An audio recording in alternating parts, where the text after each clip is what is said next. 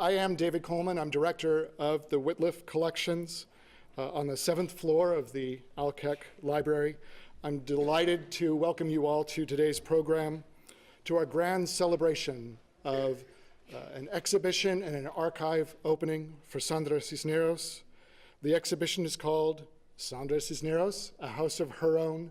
If you haven't seen it yet, I hope you will come during the book signing up to the 7th floor and see it. It's just tip of the iceberg for an amazing archive that we have now in the Wittliff collections.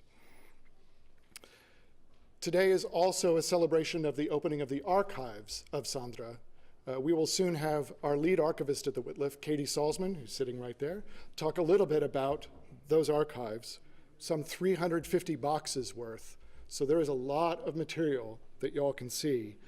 And that's why we collect archives, is for research. So I encourage you, come by, make an appointment first, Katie, right? Make an appointment and come by and look at Sandra's life through the things she kept. It's already fulfilling some of our great, hopes for it. A seminar taught by Dr. Geneva Gano in the English department has already had kind of a sneak peek mining the archives, and we were really excited to have those students come look at it. The archives officially open, I don't know, tomorrow maybe? Yeah, tomorrow, come on by. And I also need to thank the entire English department faculty for all of their support throughout the, let's say, courting of Sandra over the years. And so on. It was definitely a team effort from many of us here at Texas State. And we, at least, certainly at the Wittliff, look forward to a lot of collaboration across the university to really take advantage of this archive. So, are you ready to get started? To begin, it's my great pleasure to introduce to you our president, Dr. Denise Trouth.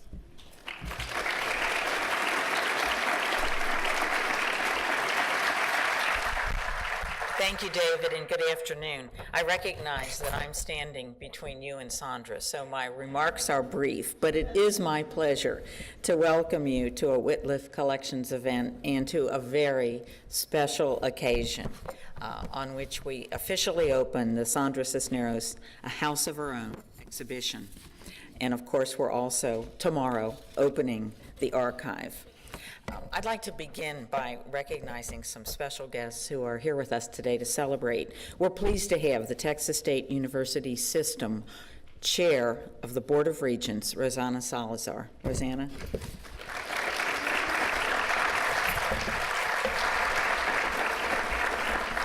And it is always wonderful to introduce the founding donors of the Wittliff collections, the Doctors Sally and Bill Wittliff. Thank you.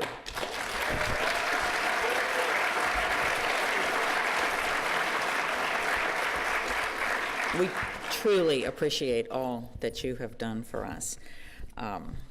Sandra Cisneros' literary career has been exceptional, and we are proud to feature her archive alongside those of other giants in the literary world who are here curated at Texas State University. Cormac McCarthy, William Broyles Jr., Sam Shepard, and of course, Bill Wittliff. The addition of this remarkable collection to the Wittliff demonstrates the solid reputation that Texas State University has in the area of the arts and literature. The Wittliff truly is an ideal place to preserve and showcase important collections such as the one we're celebrating today. That we are home to the Wittliff also reinforces Texas State University's stature as an emerging research university where scholarly activity focused on the arts is flourishing. 30 years ago, the Wittliffs entrusted Texas State University with their timeless treasures and made us stewards of their precious collection of literary and photographic archives. This keystone gift included papers from the renowned author and folklorist J. Frank Dobie and marked the beginning of an extraordinary collection that showcases the Southwest's true spirit of place. Today, this creative legacy of literature, film, music, and photography of the Southwest and Mexico lives on in the Wittliff to enlighten visitors, researchers, students, tour groups, and classes. And we are working to expand the Wittliff to add a major focus to our collection centered on Texas music history. We host lectures, readings, workshops, present major exhibitions like the one you're seeing today. I'm also pleased that in the relatively near term, the Wittliff will be expanding to add more than 5,000 square feet of exhibition space, effectively doubling the Wittliff's footprint in the Alkek Library. We're delighted that the Wittliff continues to have such a robust presence at Texas State University. Just as Sandra Cisneros holds precious the narratives of life growing up in her home and shares them with the wider world, the Wittliff Collections preserves a trove of writings and artifacts under one roof so that they can be shared with generations of scholars, literary enthusiasts for many, many years to come. We truly appreciate the inspiration Sandra Cisneros' illuminating literary career gives us, and we are very proud to host her outstanding archive here at Texas State University. Sandra, bienvenida a su casa. Welcome to your new home. The door is always open. Thank you.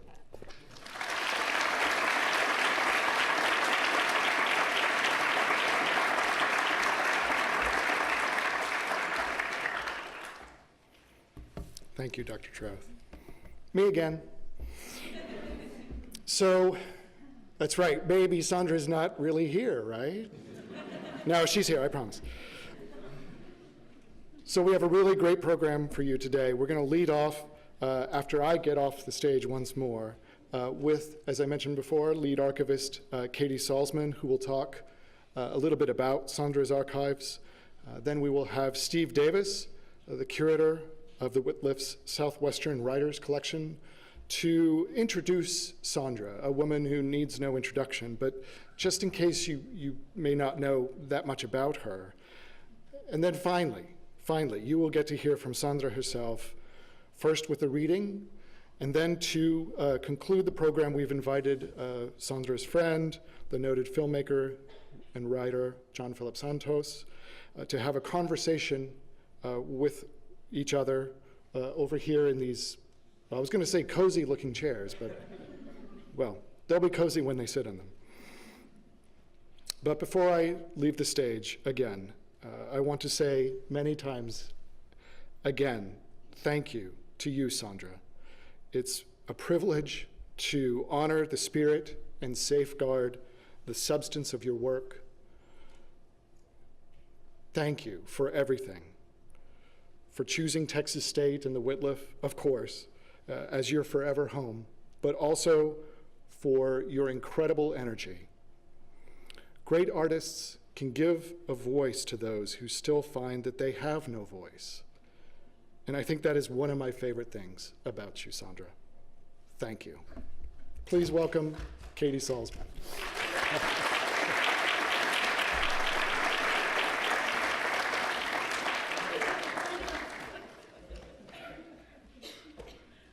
With that buildup, I was expecting Sandra to come out. But I am Katie Salzman. I'm the lead archivist for the Wittliff Collections. And for the past 18 months, I have been living in Sandra Cisneros' world, which I can assure you is a pretty amazing place. It has been my role to organize, describe, and prepare Sandra's incredible and vast archive for researchers. As of now, the collection stands at 305 archival boxes, plus hundreds of posters, awards, and artifacts. So in archival speak, it measures approximately 230 linear feet, And the finding aid or inventory that describes the contents of the archive is currently 245 pages long. Working on Sandra's archive really has been a labor of love, and I would like to take a moment to thank and recognize a few people who have assisted in the process, and without whom I would still be sitting in our annex sifting through boxes. Elizabeth Muller, Madeline Potlin, Carol Alvarez, and Audrey Johnston, who are all here today, have each made significant contributions to processing the papers. And Karen Sigler and Joe Simbera have cataloged hundreds of books that came as a part of Sandra's archive. But I would be remiss if I didn't include another name on the list of people who have helped in the process, and that is Sandra herself. As an archivist, I cannot tell you how rare it is to have the creator of an archive, especially an author as notable and as busy as Sandra, be willing and even eager to sit down and folder by folder identify people in photographs or pore through piles of letters signed only with one name and tell us who the sender actually was. We all know and celebrate Sandra as an accomplished storyteller, but I would also like to recognize her efforts in making sure that her archive accurately tells her story. I'm often asked what is the most interesting or unusual thing I've found in an archive. It's simply human nature to be curious about what's behind closed doors or stashed in closets, and there are plenty of unique and unexpected discoveries in Sandra's archive, many of which are currently on display in the exhibition that Steve Davis has installed in the Wittliff. But what I find most compelling about Sandra's archive is how rich it is, how complete a story the papers and photographs and artifacts tell, and how unfiltered. Sandra has been incredibly generous in opening up her archive and herself to inquiry. In any author's papers, there are always writings, drafts, revisions, evidence of the incredibly hard work that goes into creating the words that move us, that challenge us, or expand our horizons when we read them. And Sandra's archive certainly consists many boxes of writings, from her poetry, short stories, and essays, to each of her published monographs, from 1984's The House on Mongo Street to A House of My Own, a recently published collection of essays. It will undoubtedly be her writings that researchers first gravitate to, but scholarship on her literary career will be greatly enhanced by the rest of the archive and what it reveals about Sandra the author, the daughter, the mentor, the friend. Her archive includes 49 boxes of correspondence with letters from over 4,000 individuals, documenting familial and professional relationships as well as friendships. Her archive includes 56 boxes of photographs, ranging from family photos to formal portraits, plus over 15,000 snapshots that provide an intimate look at Sandra with her family, friends, yes, her pets, at home, at parties, vacationing, on book tours. Her archive also contains diaries, family papers, publicity materials, business records, letters from legion of fans and readers, and a host of other documents that provide evidence of a rich and creative life. And as David mentioned, researchers have already begun to explore Sandra's archive. I'm delighted to share that this semester, 26 students in Geneva Gano's English class were here at Texas State, were the very first to have access to the archive, and several of them presented their work yesterday at the day-long symposium that the English department presented on her works. In addition to the students yesterday, there were scholars from around the country who traveled to Texas State to share their research and writings on Cisneros' literary career. With the official opening of the Sandra Cisneros archive, we anticipate and we welcome visitors ranging from middle and high school students to undergrads and graduate scholars to academic and professional researchers, to really anyone who has an interest in and the inclination to delve into this monumental archive of one of America's most treasured authors. So I'd like to close by simply saying thank you to Sandra. Thank you for sharing your archive and yourself with us, and thank you for trusting us with your papers. We are delighted to provide a home for them here at the Wittliff Collections at Texas State.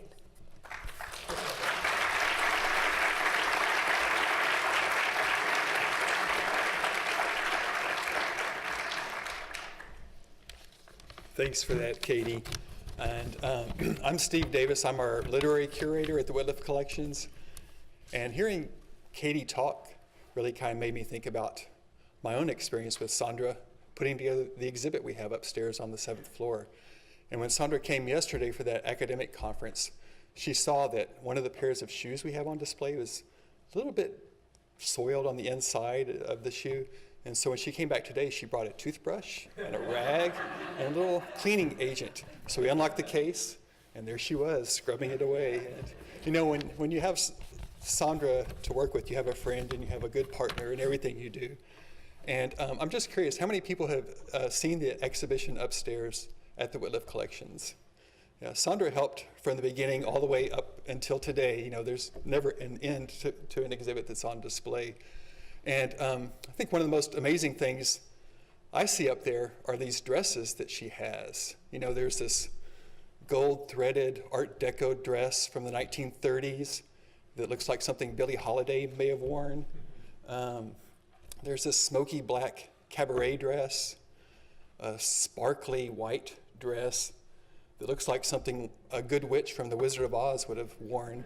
And then there's this papier-mâché piñata dress that looks like a big happy birthday cake. And when Sandra and I were working on the exhibit, she said, "You got to make sure that everybody knows these were not my everyday clothes. I don't dress up like this all the time. It's for special occasions, for parties, for play." And so, of course, you know, I made the interpretive labels, explaining to people that, you know, Sandra doesn't put on a vintage dress from the 1930s to wash her dishes, and she doesn't dress up like a birthday cake to sit down and write her poems and stories. And I think most people get that. But, you know, I've begun to wonder if there is really a deeper connection between these dresses and Sandra that she was letting on. And in particular, I think about that sparkly white dress that Sandra wore when she dressed up as La Luz, the good witch of the Southwest. The mythical La Luz is known to bring illumination and clarity. She helps people rise above darkness so that they act out of love instead of fear, and they always are looking for the light. And I've also heard that whenever La Luz appears, dogs wag their tails furiously. La Luz is a relatively recent phenomenon. She made her first appearance in 2011 in a fundraiser in San Antonio for the Macondo Foundation. And as many of you know, Macondo is a nonprofit organization that Sandra began. It started out as a writing workshop around her kitchen table in San Antonio. It gradually grew and expanded and ended up nurturing about 200 writers in all, writers who are devoted to advancing creativity, fostering generosity, and honoring community. And Macondo was just one of Sandra's many public-spirited initiatives. She also established the Alfredo Cisneros del Moral Foundation, another nonprofit that provided grants to emerging writers in Texas. And again, you can see how Sandra is helping develop new generations of literary talent from our part of the world. She also founded the MacArturos Collective. This is a group of recipients, Latino recipients of the MacArthur Genius Grants, and Sandra herself, yes, is one of those geniuses. And really, you've seen her work tirelessly on behalf of literacy, women's rights, social justice, and peace. So it seems to me that even when Sandra wasn't wearing her La Luz dress, you can't help but wonder if La Luz was present inside of her all along. And not just in her public roles, but in her interior life as a writer. Because when you look at Sandra's books, you see that she is bringing light and illumination to so many of us. Her words that sparkle and shine, her stories and poems that lift our hearts and open our eyes and give us new ways of seeing the world. She spreads beauty and joy and humor and pathos, and ultimately insight and wisdom that's touched so many lives and helps all of us understand ourselves and each other better. So Sandra might claim that those dresses are just for pretend, for play, like the ones for La Luz. And maybe that's true. But I think that even when she's not dressed up, in one of her superhero costumes. It's pretty clear that Sandra's working magic in her everyday life. There's a lot of la luz in everything she touches.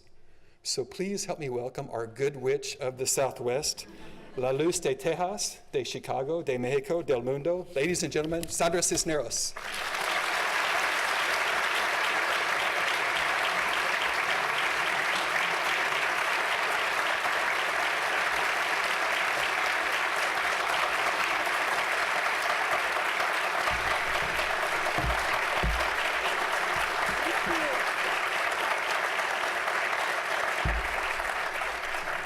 Thank you so much. Can you hear me? I can't tell if it's on. Can you hear me back there? Ay, muy bien. Okay, great. What an astonishing series of introductions, right? As I keep saying, when people say, how do you feel about all of these accolades? I just always say, and I'm not even dead. So it's like getting a sneak peek at what people will say when you transform yourself into another element. And I'm very honored. I know how lucky I am to get this attention when one realizes that Emily Dickinson, the great Emily Dickinson, wrote something like 1,776 poems. And, she got a few published, but not even under her name. And she never got just a millimeter of what I receive daily. So I'm so grateful. I was speaking to the president, Dr. Denise Trout, earlier up by the Wittliff collection, and I told her something that I haven't said publicly that is true, and that is that my introduction to this institution was through the photographs. If you don't know me, you may not know that I'm a great lover of the visual arts.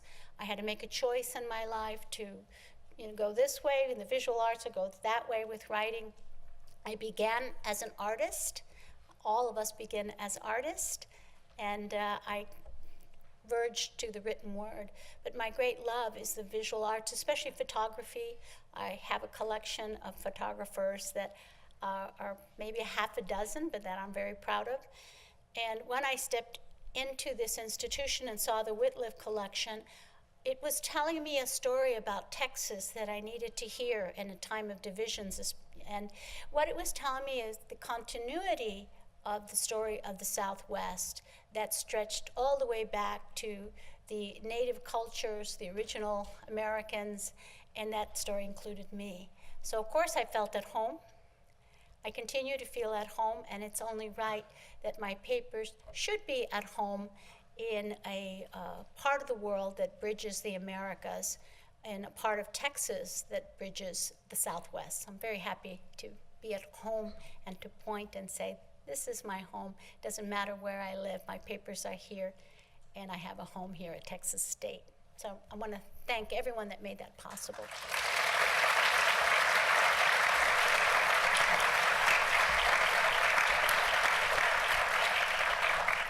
I'm not just saying that, Bill.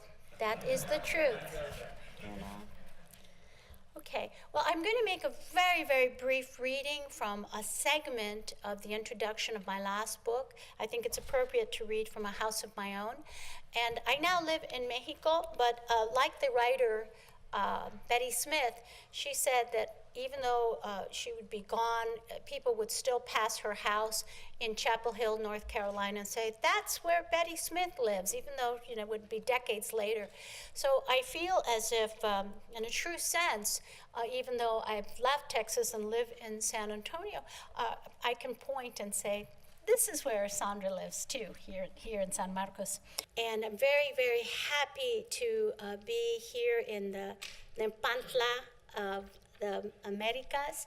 I want to thank all of the people that came up and spoke before me, President Trout and Dr. David Coleman and Katie Salzman. Imagine like if Martha Stewart came to your house and organized your life.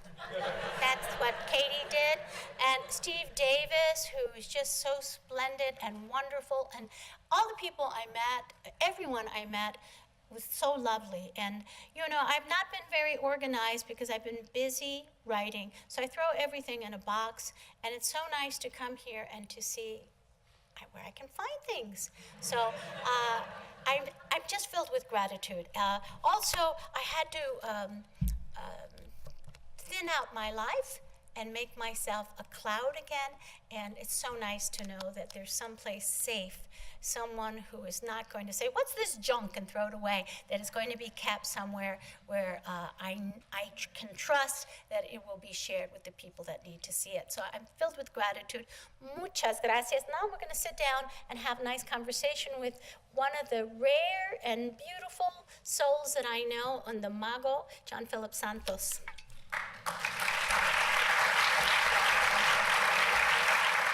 Going on down there. Serious archive envy. So our story, just a little backstory quickly. Cassandra and I met in 1983. We were both super hot and literary audacious, like nobody's business. And we were up for the same job. We were both finalists for this job at the Guadalupe Cultural Arts Center, literary director. And at the last minute, some of the people involved with selection of that affair asked me to pick her up at the airport. Could you pick up the other finalists? You knew that was a red flag right there. Super scene there. Yeah. But that, in fact, turned out to be such an incredible blessing. It was the beginning of a 35-year-long conversation that we will continue here. We haven't caught up in a while, so some of this may be cheeseman.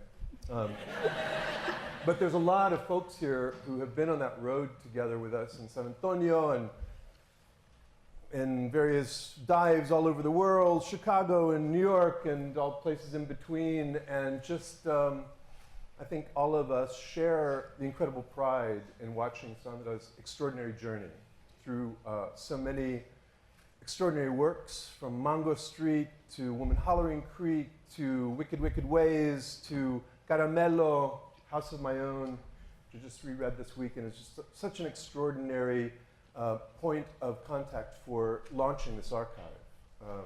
So many kudos and felicidades. And I have to say thanks to you, because you just got the Texas Medal of the Arts, so, right? Yeah, well, you can, a Pyrrhic honor. It's a You Pyrrhic made honor. it. You made us proud. You continue to make us Thank you, proud. Sandra. But you know, I mean, you have this great little epigram in the book from your mentor, Federico Fellini. Yeah? That the pearl is the oyster's autobiography.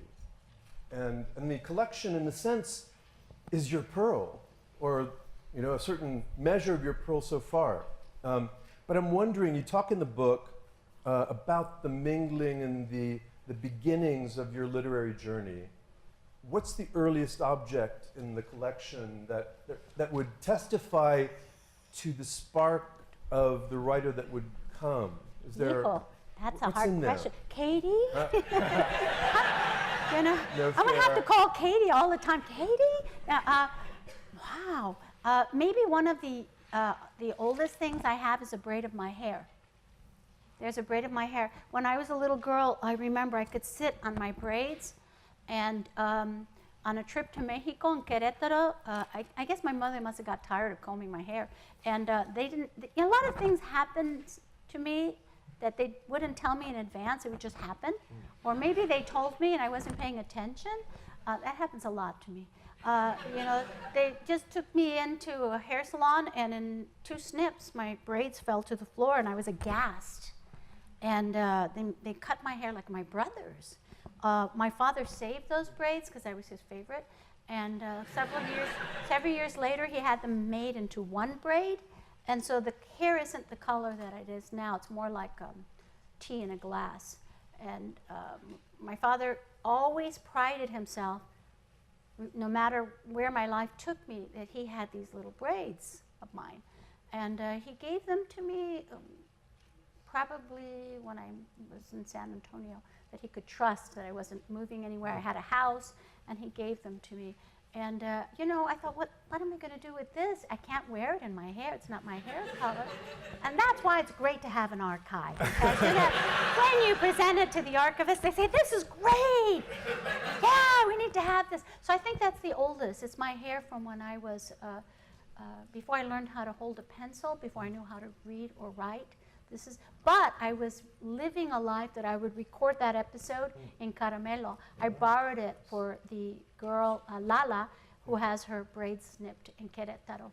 So when did you first have the sense of setting out on this journey as a writer? Was it in middle school or elementary school? I just spoke to some middle school students, and they were the age of when I began that journey. Because I think all of us are artists, and as Picasso says, we all begin as artists, but why do some of us stop? And I started the journey as an artist when I was a little kid drawing. It was my way of communicating the things that I felt. I felt things very, very deeply. I still do. The kid in the class that's the chillona, the crybaby, well, that was me. And I just felt like when I got to middle school, I started loving to read poetry. It was poetry that really got me started in imitating writing. And it helped that we switched schools. It helped that we could walk to the library more often. And I started writing right around middle school and at about 5th or 6th grade. And I remember the moment very, very clearly, and I tell this story to middle school children. I said, you have to see your future now. Don't wait till high school. Everybody put their finger here, I tell the children. They all go, I said, there you have your third eye. I want you to dream big and see what you want to be when you grow up. Don't tell anyone. Hold it there. And every day I want you to walk towards it. So my moment came when I was in the Chicago Public Library, the Humboldt Park branch, and I was looking for a book, and I pulled out, at that time, we didn't have the computers, we had those long little drawers that came out, and I was rushing to look for something, and I passed this very, very soft index card at smudge typed, and I backed up and said, that is probably a great book, because everyone has touched it. Then I said, that's what I want. I want my name, Cisneros, Sandra, and a title there, and I want it to be just all sweaty and dirty.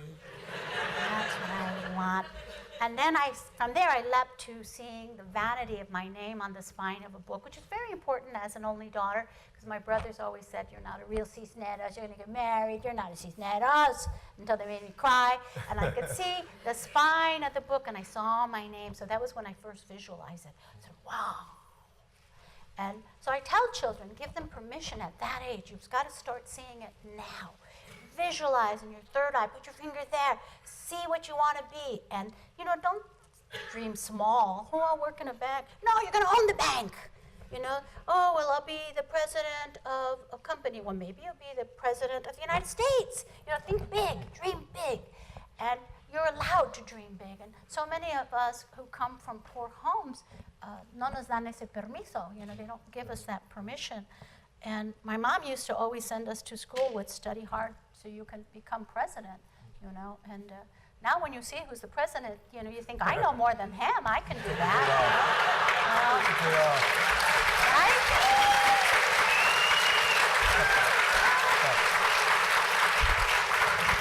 So you began as a poet. Your initiation was as a poet. A bad poet, but I was a poet. An American poet, a Latina poet, well, a Chicana poet? This was my poem, and you'll like this, Francesca, because I wrote this poem and I still remember it. It's like this. O wind, who is so powerful and sometimes gentle too, I wish that I could be like you. That was one of my early poems. The epic style. That was the epic style. Who would know? When did you begin to think about writing about the world that you grew up in? The kind of writing that begins to emerge in college. I did. I started writing poetry and short stories in undergraduate and writing workshops, but then I veered away. I started writing like the precursor. I wish I'd had a Katie then to tell me, save that story, because I don't know what happened to that early story that I wrote that has the characters from House on Mango Street in an earlier version. I wrote a story that is lost, but I need to write about that. You know, I can tell the story again. And I started then I veered away and imitated confessional poets. And then when I was in Sylvia Iowa, Plath and yeah, you know, and then Sexton. Richard Wright and Richard Hugo, James Wright and Richard Hugo, and then I had to come back to my voice. But it wasn't until I got a real, you know, slap upside my head at Iowa.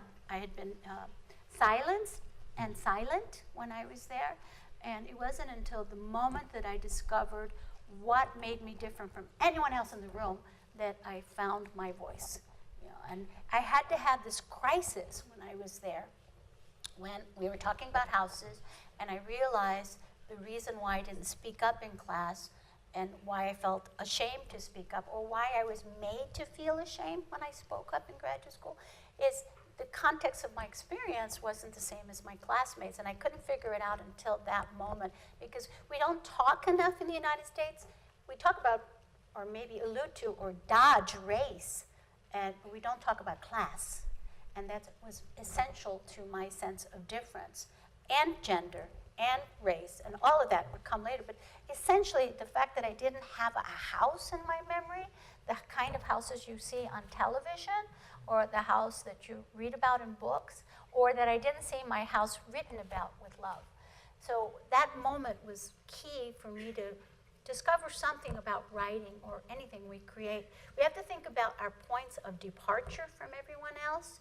Like, think about what makes you different from anyone in this room. 10 things that make you different, 10 memories, 10 things that happen to you, 10 things that make you different from your family, that make you different from your community, from your profession. And then you have to draw from that. That's your gift to the universe. And you draw in your work from that 10 times 10 times 10. And something happens. And there's this alchemy, and your story becomes universal. So no one ever told me that. I figured it out through the School of Trancazos, you know, Hard Knocks. And I teach that at Macondo and everywhere I go, and to teachers, you know, think about the thing that makes you different. 10 things that make you different from anyone in this room, 10 things make you different from your people in your church, and the most important, 10 things you wish you could forget. 10 things you wish you could forget, because you have so much power, and you've kept it silent for a reason. It holds a knife to your throat, and when you write about it, it's a way to take the knife away. It's a way to heal, and you have so much force in the stories that you don't speak. Sometimes you can't take the knife away writing about it the first time. Sometimes you have to write a whole series until you are enlightened and wiser than when you began. I think that's why I write, because I know I don't know anything. And the more I write, I seem to move from this place to that place, but then I realize I got a long way to go. And I'm only now at 62, you know, when I see the exhibit upstairs and I see all those people I was trying to be in the photographs, posing, and, you know, all these dresses and costumes and these people I was trying on, it's only now that I'm just getting started. But I mean, in '83, when you came to San Antonio, and she got the job, by the way, I didn't finish that story. She got the job, and humiliation, I was put into a 25-year-long exile in New York City. Yeah, but you needed to do that. That's so you right. would come back to Texas. You gave me the impetus. Yes. But you'd already written House on Mango Street. You'd written a version of it, or the first. It came out that same time that I arrived. And did that begin your vocation, the dharma of being a writer with a compromiso to social justice, to speaking this larger tale of the culture? Well, you know, when I wrote House on Mango Street, I was in the throes of questioning whether I should continue writing or just give it up and do something more practical, like, you know, maybe I should work on teaching women how to control their fertility. You know, it seemed like there was a lot of teenage pregnancies, and I thought, that's a big problem for women, so maybe I should be doing that instead of teaching them how to write poems. You know, that's more important. So I had this crisis when I was teaching and writing House, and you can see that crisis through the voice of my protagonist. You know, she's questioning, she's wondering, which route do we go? But it was really the author who was wondering, where do I go? How do I fit? How do I help these women that I love, the students that I care about? How do I allow them to survive this period? And then how did San Antonio impact your work as a writer? Those incredible years between 83 and the mid-90s was such a fomenting time of incredible creativity in San Antonio. You know, I found a great home in the gay community, and especially with the gay artists. But not everyone was gay, but the majority of the crowd that took me in, that I felt at home with, you know, they were very eclectic. You know, we had Danny Lopez Lozano and Tienda Guadalupe, which became kind of the mother of the House of Guadalupe.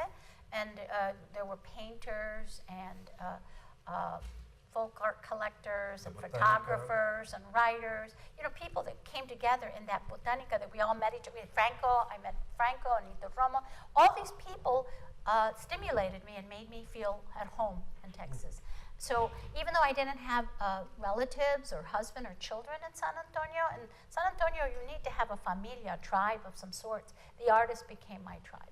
And it was an amazing time for American letters. I mean, it was I don't know of another place where such a thing was going on at that time. That kind of cruce de caminos, people encountering each other across genres, across literary and artistic expression. Yeah, you know, I didn't know a lot about like Southwest music. I knew about photography and, you know, but basically coming here, I got into the onda, meaning especially, you know, that's such a crossroads, San Antonio. Everybody comes through. And so it was educational for me. I still feel kind of stimulated, but the tribe kind of moved on, and you know, I didn't feel like home. It didn't feel like home for a while after the artist kind of migrated. So. Yeah. But in Woman Hollering Creek, you captured the sound of voices of this region in a way that I don't think any writer had yet done and still hasn't. Well, the unique sound of the Tex-Mex argot, the Raza argot of San Antonio, the Rascuache aesthetic of San Antonio. Well, I hesitate to say I was the first one because there were other writers that were doing it. I'll say this. Yes, but you can say it, but I won't. I hesitate because there were writers doing different things. You know, you had a lot of small presses and other Tejano writers that were code switching and doing different things. I think maybe. But you got the pitch perfect version. You know what I think happened? A lot of the writers from Texas heard it so much that they couldn't hear it. And because I came from somewhere else and came in, I would say, well, that's interesting. Or I would gather things that maybe was invisible. And for me, coming from Chicago, you know, to hear the bootmaker's wife say, bueno, voy a hacerle el try. You know, that to me was wonderful. I said, oh, if she's merging, you know, voy a intentarlo, voy a hacerle el try. You know, I would just gather these things that people said, and they spoke them all around me and put them in my characters. Yeah. Maybe people who hadn't left Texas couldn't hear it because it was so much a part of their everyday life. And I think that's why it's important for us to travel away from home and then come back so we can see it with fresh eyes. But, you know, then in Caramelo, you take some of those ingredients and you cast it inside of this multi-generational epic. A story I like that really made yeah. the story of our origins out of Tenochtitlan. We're very familiar with the origins of Plymouth Rock, but there's this other origin story for America at Tenochtitlan in Mexico City. And that book captures it in a way that puts all of these pieces together, the Chicago, the San Antonio crossroads, the argot of the Raza, in a way that created a new kind of mythic epic of sorts. Most of the books are about the migration from Mexico north in literature, and mine did the reverse of going back to Mexico. I wasn't, you know, you have to realize when I write these stories, I don't think, I'm going to write this myth and reverse it. I don't think of that. I always begin from some very vague notion of what I'm writing about, and I know that I'm answering a question, but I don't know the answer to the question until I get to the end. And once I get the answer, then I know the question. So it's kind of a reverse. And I began because I knew after my father's life was ending that his story was kind of extraordinary. You know, a man who crossed and served in the U.S. Army and spent more years living in the United States. And I wanted to write his story. He's part of the immigrant story of the United States. but unless I wrote about it, it would disappear. His life wouldn't matter. And I didn't feel that his life didn't matter. I thought he had extraordinary stories, and I wanted to explore a male character. So my idea was to write about my father. But I was also studying Buddhism at that time, and in order to understand someone, you have to look very deeply. And in order to understand my father, I had to understand who taught him to love in this super Baroque way that he loved his children. Who taught him that? And I had to look at his mother, because he was the favorite child of his mother, and I'm the favorite child of a favorite child. So in exploring my father, it was like these Russian dolls. I had to go to his mother, and I had to examine myself too, and I put it through the life of someone that's not me, but also has lived many things that I've lived in Lala. And I tried my best to include the history of migration, of the immigration policy in the United States. I wanted to write a novel that was experimental, and I added footnotes because I knew people reading my story would say, oh, that's just fiction. And so I added footnotes, especially since my editor would ask questions that only someone in New York would ask, like, who's the Emperor Maximiliano? I was like, what? You don't know who the Emperor Maximiliano, Carlotta? And I couldn't weave it in a sentence, so I wound up writing, first like that, footnotes, and then like that, then like that, and then the chapter would be that big, the footnote would be that. It was so much fun to do that. I got permission by Manuel Puig, who had written a book with footnotes, and Borges, of course. And I just wanted to write a new kind of novel. And I even added a chronology of the history of the immigration policy in the United States, because I wanted it to be a history book and a novel, and I wanted it to be fun, The story in Caramelo really reveals the extent to which the story of our people, this great story of wanderings across the North American continent, was truly an American story. That it was not an immigrant story, that it was different from the immigrant stories that we've become accustomed to out of Europe, but that it had a different tonality to it. It had this power of testimonio, of the continuity of story over many generations. John Phillip, have you read Roxanne Dunbar Ortiz's history of the United States? No, I haven't. Roxanne Dunbar Ortiz has this wonderful history of the United States from the American Indian perspective. In fact, that's part of the title, so I'm reading the title. Oh, yeah. But it's wonderful because you really see the history of the Americas, and it's documented that there was commerce from Canada to Patagonia for millennia. There were communities migrating, moving, trading, connections with these communities that came into contact and with the different tribes. It's really extraordinary accomplishment, and it's a book I recommend to everyone.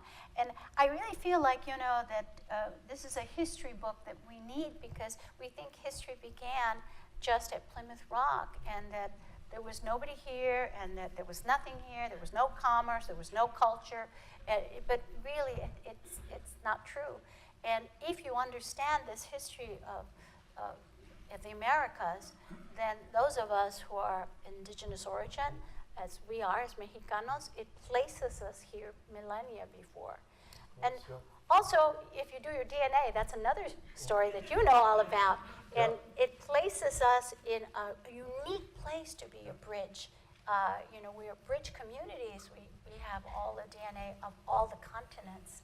Well, What an extraordinary 35 years history. ago, when we set out as writers and imagined bringing stories to a wider public, not just to our community, but to a wider public, and yet we still find Latino letters, Latina letters, somewhat restricted. We don't see them in the New York Times often. We don't see them featured in movies or epic stories told in other venues.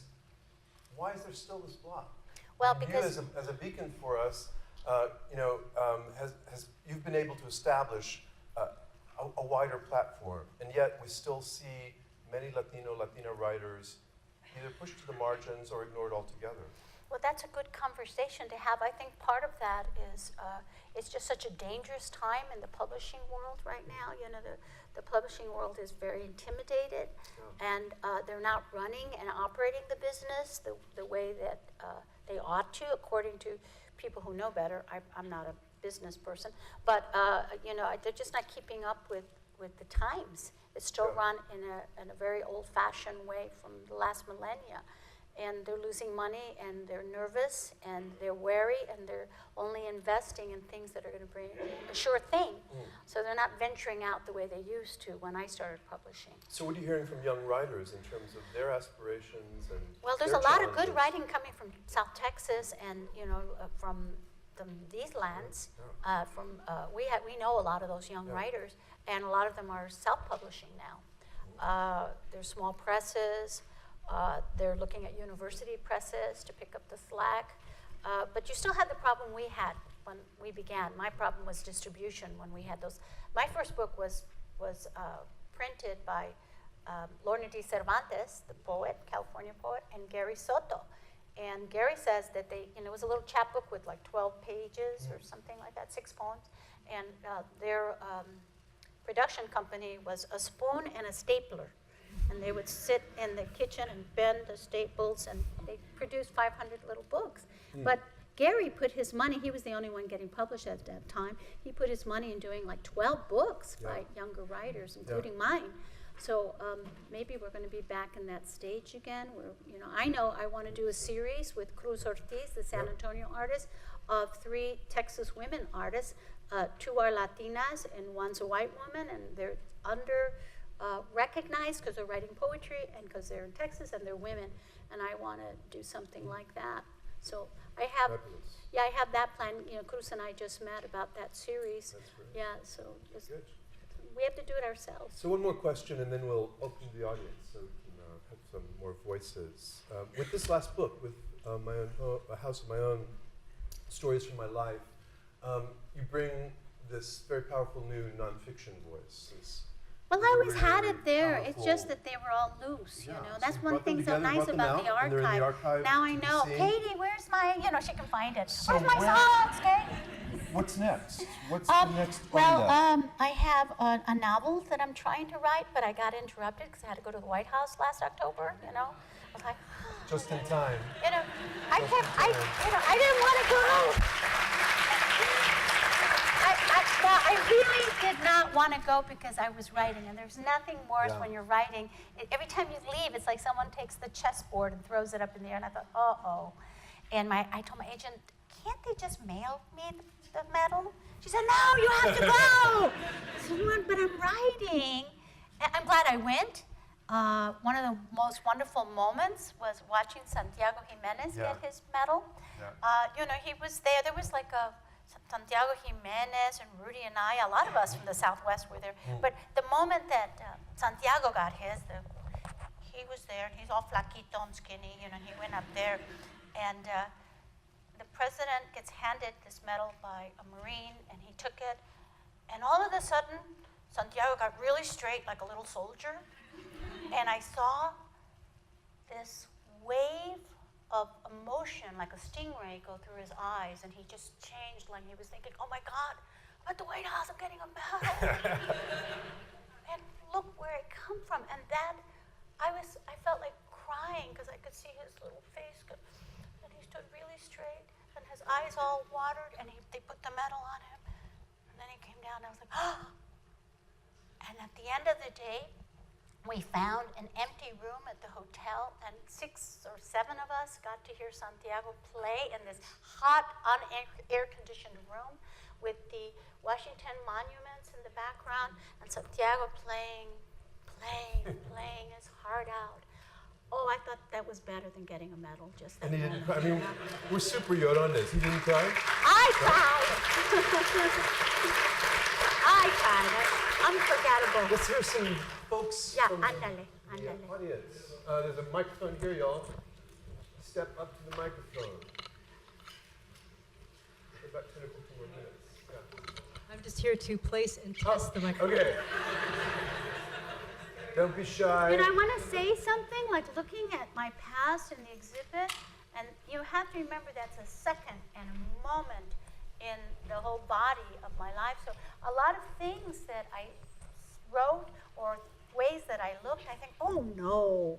You know, so this is the horrible thing. People get to see your rough drafts, your photos when you had bad hair. Are people going to be able to figure out like who the Chicago nemesis is? Are they going to be able to untangle some of the mysteries embedded? You know, I never want to hurt anybody, but I want to tell the truth. Yeah. So maybe when I'm a sunflower, you know, we'll find out. Okay. Hi. It's a pleasure to hear you talk today. I am Audrey Wick. I teach at a local community college, and I have been teaching your work for about 15 years to emerging students and writers. Thanks. What would be your best advice to emerging voices who maybe have never thought that they could be writers? I have it down in 3 points. Okay.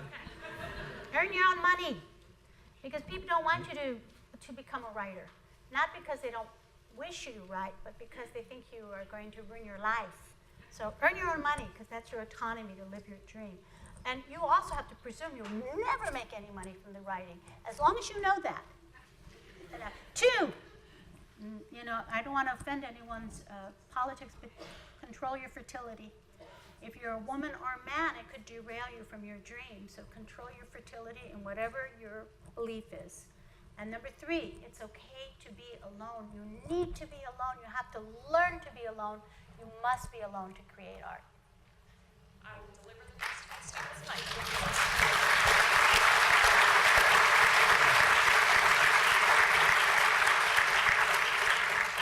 Thoughts, questions, interventions?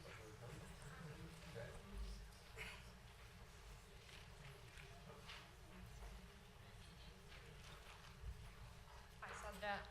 My name is Ashley. I'm from El Paso, Texas, but I'm a student at UT.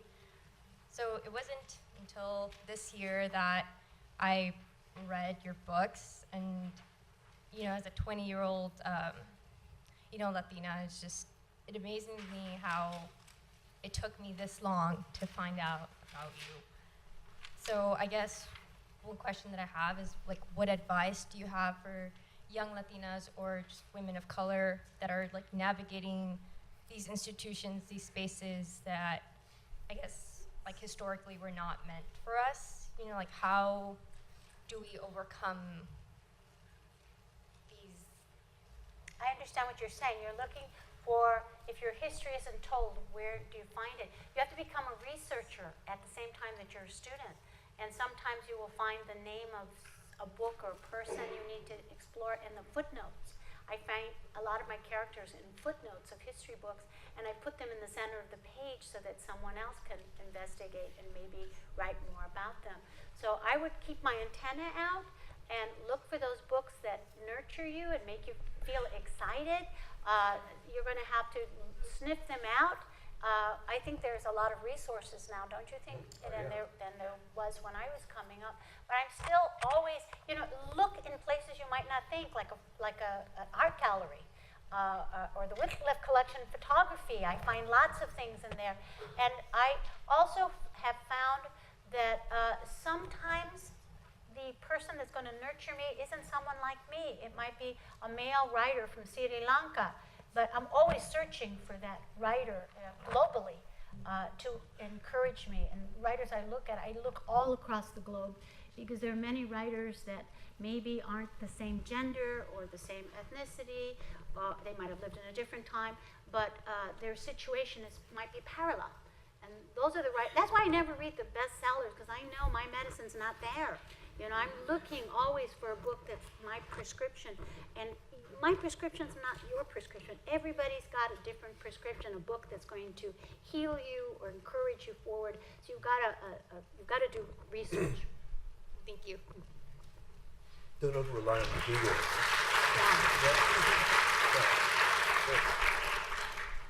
Hi, I'm Abby, and I go to Trinity University in San Antonio.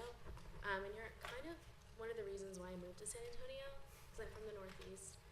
And I read Woman Hollering Creek a couple years ago, and I just fell in love with your stories. Thank you. San Antonio.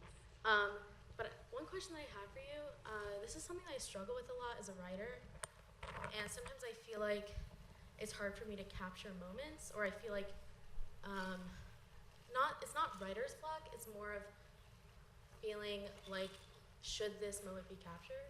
if that makes sense. And I feel like You're thinking too much. I know I think too much. I was like, You know, if I you're always thinking, think you're way too much editing about yourself. So shut this off. Shut this off, because that's the editor. And write about the things you can't talk about. You'll have a lot to say, and you won't worry about this. So these don't work at the same time. You shut this off, you turn this on, write about things that are very powerful and overwhelming that you can't even talk about them. Write about them not without stopping, and then shut this off and turn this on and edit. So they're two. You need them both, but not at the same time, especially if you're beginning. All right, just tell the truth, don't hurt anyone, and you know, you don't have to publish everything you write. It's more important that you write. Okay? thank you. We all have stories to tell, but we don't have to wave them in the air and publish them if we don't want to. I don't care about that. Good luck to you. Hi, my name is Kylie Neenstead, and I'm one of the students who researched your archives in Dr. Gano's class this semester. And I was wondering, you've lived in so many places, and now you're saying that the Wittliff is your home. How do you define the concept of home personally for you?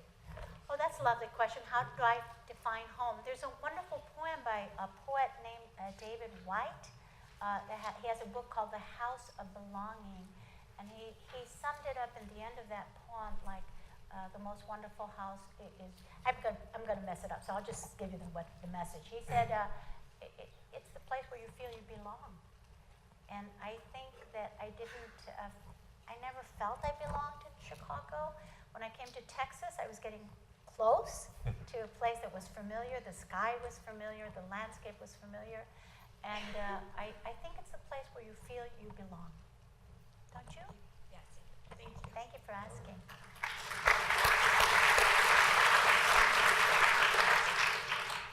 Hi, I'm short. My name is Meg. I'm a student here at Texas State, and I'm so inspired by you. But my question is, what are some of the challenges that some of the biggest challenges that you've faced as a writer, and how have you been able to overcome those? Oh, did you all hear the question? The biggest challenges, how have I overcome them? Well, you know, the problem is the challenges, I don't know if this is true for you, John, but every book gets more difficult. Yeah. Every page gets harder. And part of it is because you ask more of yourself. So it's always like, you had a nice quote about the book you wish to write. How did you put it? That the book you wish to write, you never write that book. It's always a little out of reach. Oh, yes, right. Yeah, that's true. Yeah, something along those lines. Something like that. Yeah. But one of the things I feel like when you don't ride a bike, you wonder if you could ride that bike. And I'm on the bicycle of poetry again, and I'm thinking, can I ride that bike? Yeah. You know, I feel like I forgot, or I'm not reading the right poets that make me feel like I want to write poetry. But this is such a time to write poetry, because what an incredible time when people are afraid of each other and people are angry. That's when we need the poets most of all. And so I think for myself, I'm feeling like poetry, that's what I need, but it's also the most challenging. Of all the genres of everything I write, don't you feel poetry is the most time-consuming? Most intimate. And the most intimate and the most private and the least appreciated and the most powerful. Thank you so much.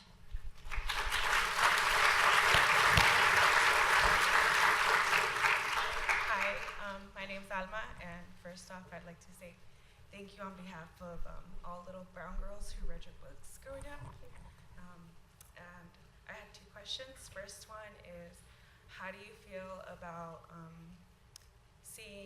I feel like lately a lot of Chicanas have been feeling the need to participate in the movement and being active in our communities.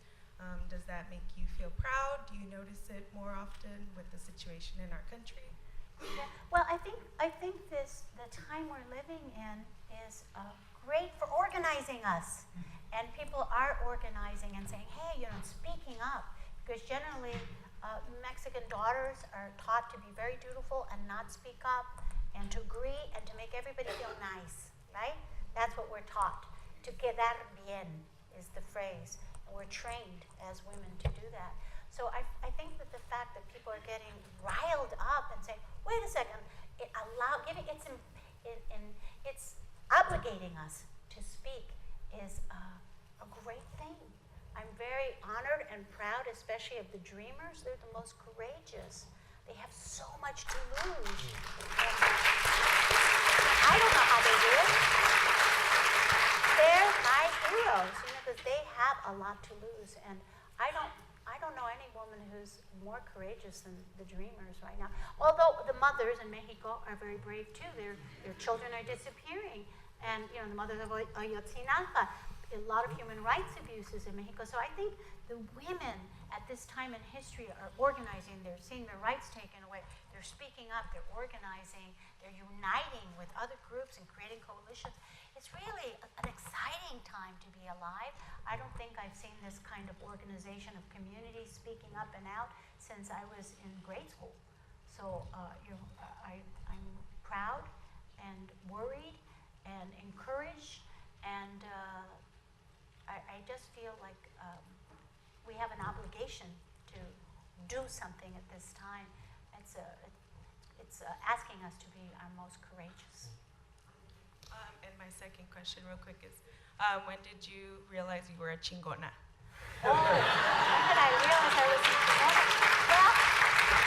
Well, I was looking for word for women who are on their path and in their power. My mother was a very powerful role model, but on the other hand, she was limited by her generation to not do the things that she was capable of doing. So what I tried to do with my friend Nellie Galan, she invited me to come and do lectures on spirituality, of all things. And I thought, hey. She said, yeah. So I started putting together talks of how I teach writing to people at large so they could come into their power. And I couldn't find the word for women who are in their power and on their path. And I admire so much the gay movement and how they've taken back the word queer and used it as a place of strength. And I think as women, the word chingar is always against women and gays. So I wanted to take that word back. I don't want to offend anybody, but I couldn't find a word that was like, So I mean it in a way of women coming into their power and being on their path. And once I started using that word, it just was like spread. In real life, I was never raised to use any bad words. We couldn't even say shut up or stupid in my house. So every time I say it, I have to look around, see my brother's here. No, they're not. So, it's very, my home life was very strict, and my brothers policed me. So it was new to be able to speak up and say bad words. Thank you so much.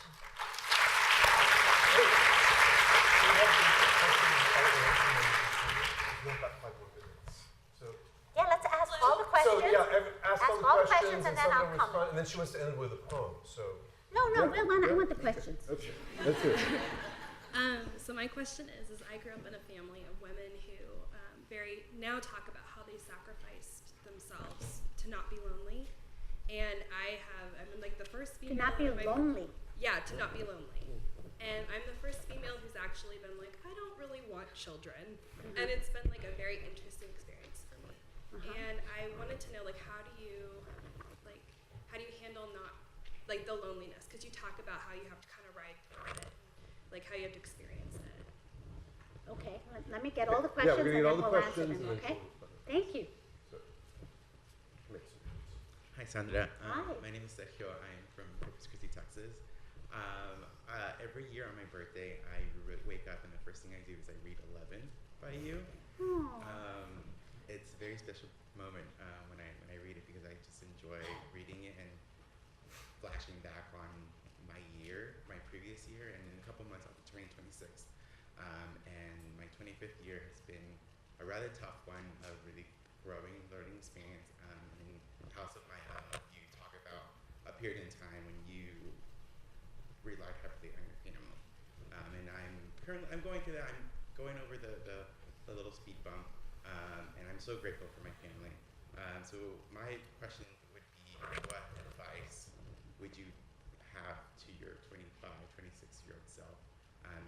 readers who may be going through a time where they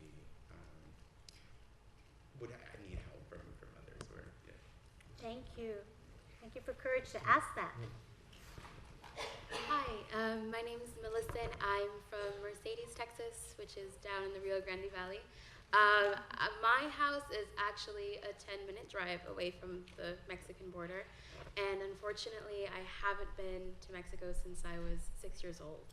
And it just seems, the border seems further and further away from me every single day. And when I started to read your books, it really started to hit me how I almost had this detachment from, my heritage and my culture, and it took me a little bit of time to really learn a lot about it.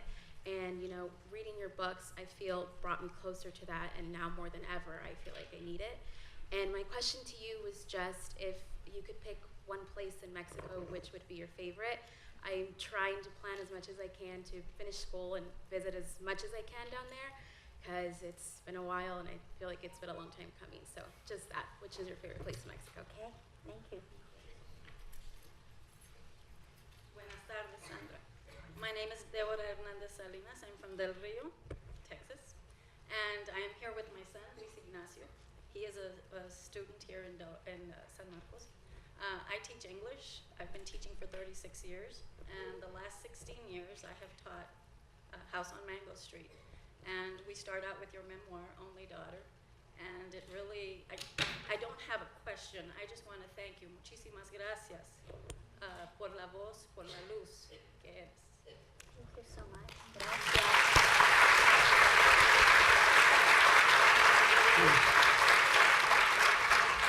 Hello, my name is Audrey. I'm from Houston. And you had mentioned at the beginning that you chose between the visual arts and writing. And I'm at a similar crossroads at this point in my life. I'm just wondering, how did you choose between the two, and why did you choose between the two? Thank you. Hi, my name is Elisa. I'm from McAllen, which is also very close to the border, down the tip of Texas. And I first read House on Mango Street when I was 16. And one of the things that struck me the most was that in the stories, you tell stories of women who are going through a lot of pain, but porque tenemos que quedar mal, we give other faces to the world. And as someone who's really trying to write and talk about my culture in my writing, I was just wondering what you would advise to keep these stories as authentic and tell, especially on the women's side, what we don't actually say to people a lot of the time. That's what's so great about writing. You can say it. You don't have to ask for backers for movie, like a movie. Just use a pen. Thank you. Hi, Sandra. Angelica. Earlier you talked about this place feeling like home. And I know in the past you've mentioned that, or you've written, that you're from two different countries, but sometimes it felt like you don't belong to either culture. What has helped you overcome that?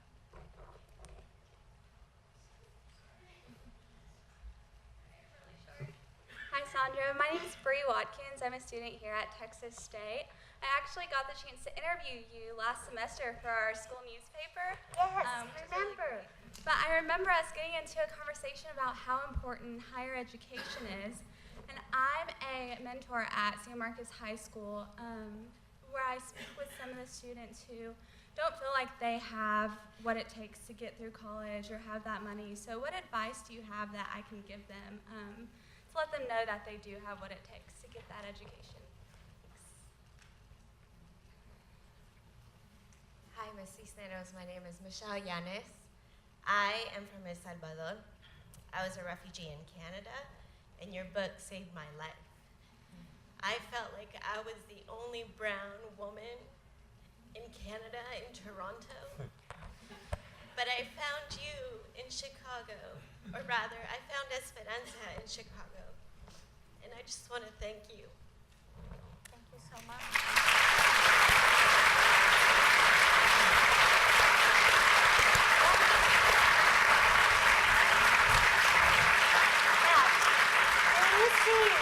The questions that I get, that's why the line is so long when we're waiting to get your book signed. It's not just sign my book, but people give me these heavy-duty questions, these medicine balls, and I feel a responsibility to guide my readers. For some reason, they feel very comfortable and at home to tell me things they don't tell their family, they don't tell their spiritual advisors, they don't tell their therapists. I think the 20s is so hard. It was the hardest decade of my life. I had so many doubts. My father wanted me to get married and have kids, and I was wondering, when I would have those kids, when I could have them, and how could I have them and still be a writer. So I kept putting it off and waiting, and then, of course, I had very poor choices of fathers. I always fell in love with the bad boys, and they were great and exciting and handsome, but they weren't going to stick around.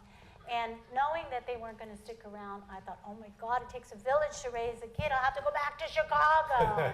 And no, that's not happening. So there was a lot of doubts. You'll see that in my letters and in my journals, and the doubts. I'm going to have a child. Well, no, I'm not.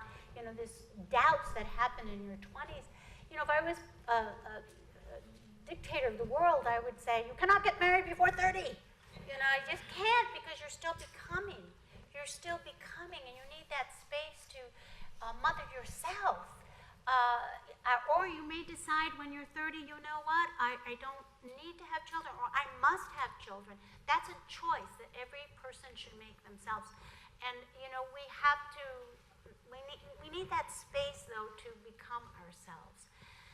I think that if I didn't have friends, writing community, other writers that served as my spiritual allies, I couldn't have made it through that decade. I'm so grateful to Dr. Norma Alarcón, who organized us and published us when no one knew who we were, and really took a risk and is not recognized even to this day as Professor Emeritus from the University of California, Berkeley, for what she did and sacrificed.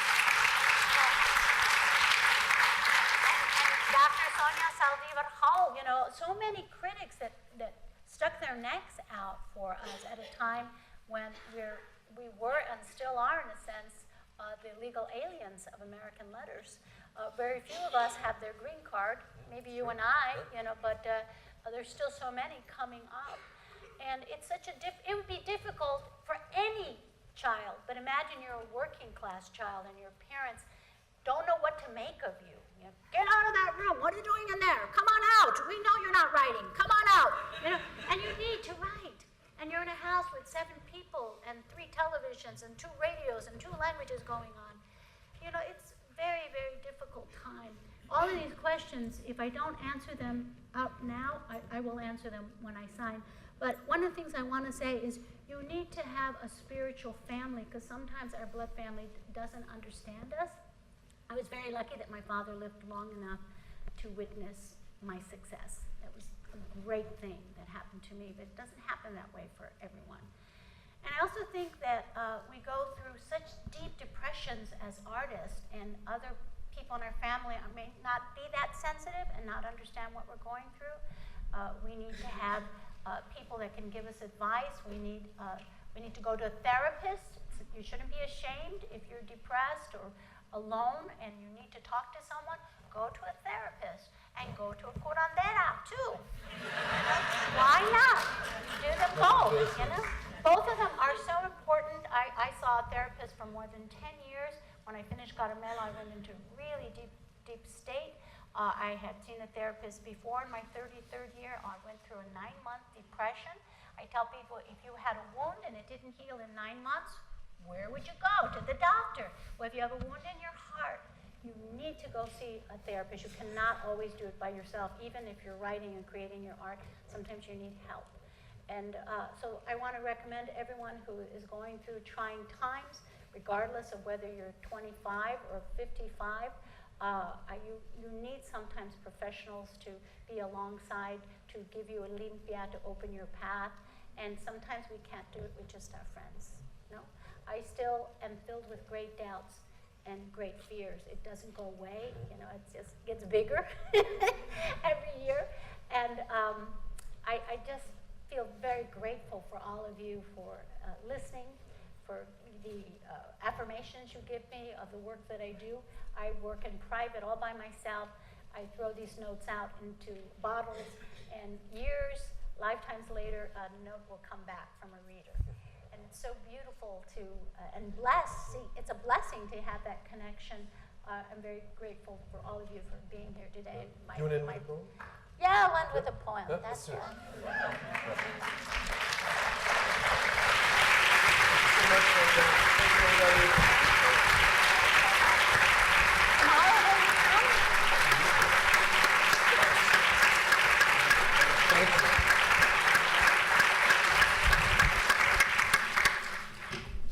Thank you, Sandra. Thank you, John. That was terrific.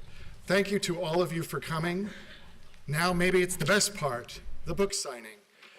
For those of you in this theater, the book signing will be upstairs on the 7th floor of the Alkek in the Wittliff.